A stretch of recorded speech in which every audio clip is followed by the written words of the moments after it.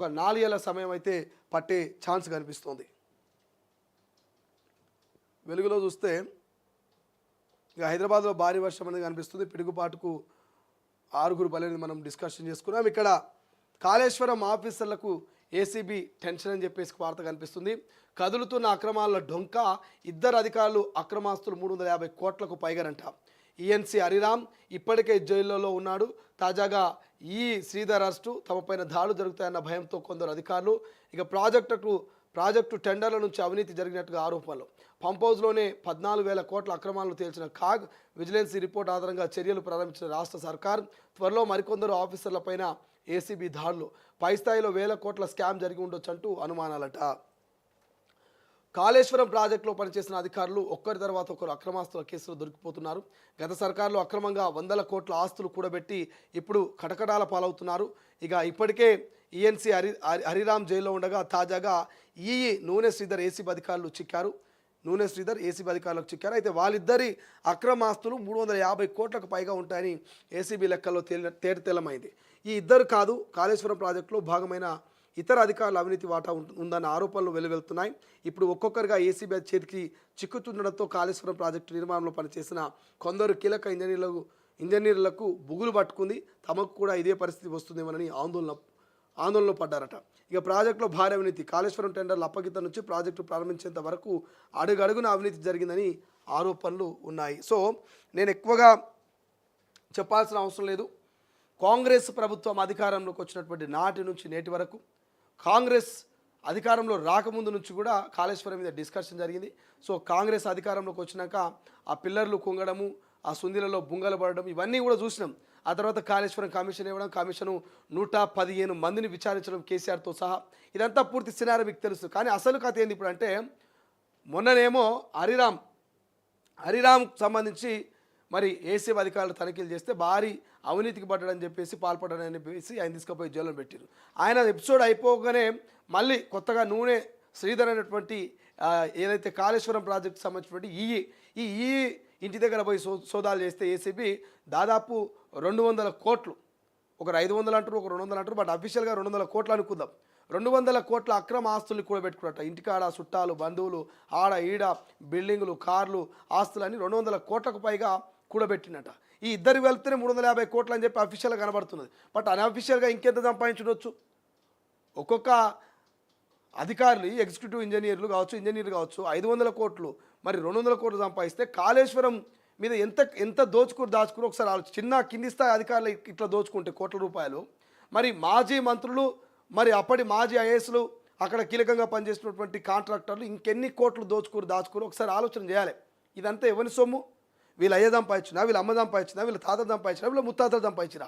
తెలంగాణ ప్రజలు మరి చెమట దారబోసి, రక్తం దారబోసి, చెమటను గార్చి వాళ్ళు కష్టపడ్డ సొమ్మును పన్ను రూపంలో కడితే ఈ పైసలని తీసుకుపోయి ఈ అధికారులు కాళేశ్వరం పేరిట, ఇతరితర ప్రాజెక్టుల పేరిట రాష్ట్ర ప్రభుత్వాలు ఖర్చు పెడితే ఆ ఖర్చులో వీళ్ళు నొక్కేయాలి, జేబులో పెట్టుకోవాలి. ఈయన నూనె శ్రీధర్ ఇంటికి పోయినాం నిన్న. గిడ మలక్పేటలో ఏసీబీ అధికారులు సీజ్ చేశారు. 5 అంతస్తుల బిల్డింగ్, అద్దాల మేడ. సరే ఎక్కడి నుంచి వస్తున్నాయి? నిన్న అన్నటువంటి మలక్పేటలో ఉన్నటువంటి కొంతమంది సామాన్య జనాలను అడిగినాం.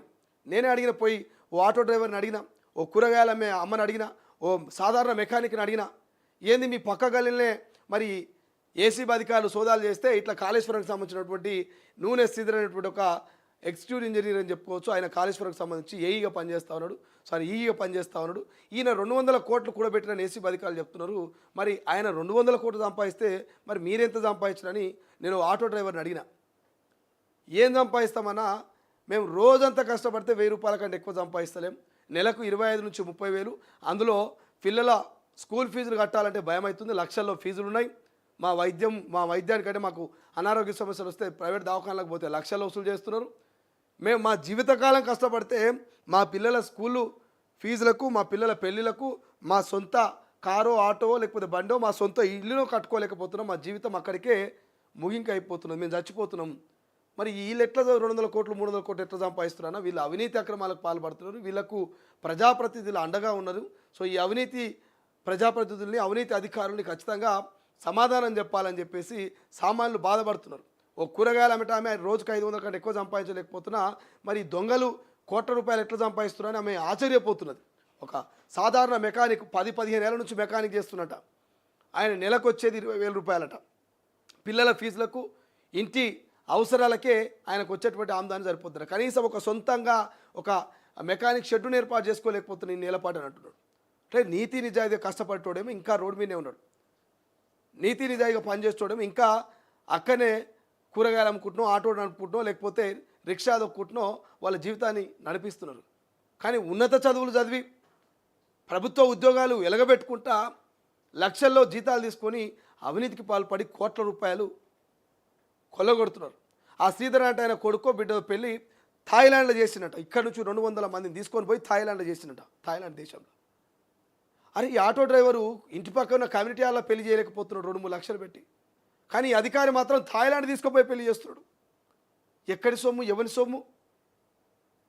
చెమట తీసినవా, రక్తం దారబోసినవా, ఏం చేసి సంపాదించినవి ఈ కోట్ల రూపాయలు? ఈ ఇద్దరు అధికారుల లెక్క ఇట్లుంటే మరి కాళేశ్వరం ప్రాజెక్టులో ఇన్వాల్వ్మెంట్ అయినటువంటి మిగతా అధికారుల లెక్క ఇంకెంతుందో? ఇళ్ళది 500 కోట్లు దాకుంటే మిగతా అధికారుల లెక్క ఇంకెన్ని కోట్లు ఉందో?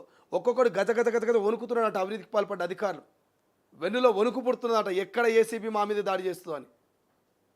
ఇక ఈ అధికారుల లెక్క ఇట్లుంటే మాజీ ఎమ్మెల్యేలు, మాజీ మంత్రులు, మాజీ ముఖ్యమంత్రి కేసీఆర్ లాంటి వాళ్ళు కూడా కీలకంగా వ్యవహరించారు కదా కాళేశ్వరంలో. వాళ్ళు కూడా విచారణ ఎదుర్కొంటున్నారు. వాళ్ళు కూడా నిజంగా అవినీతికి పాల్పడితే వాళ్ళు కూడా భయపడాల్సిందే, శిక్షకు అర్హులు కావాల్సిందే.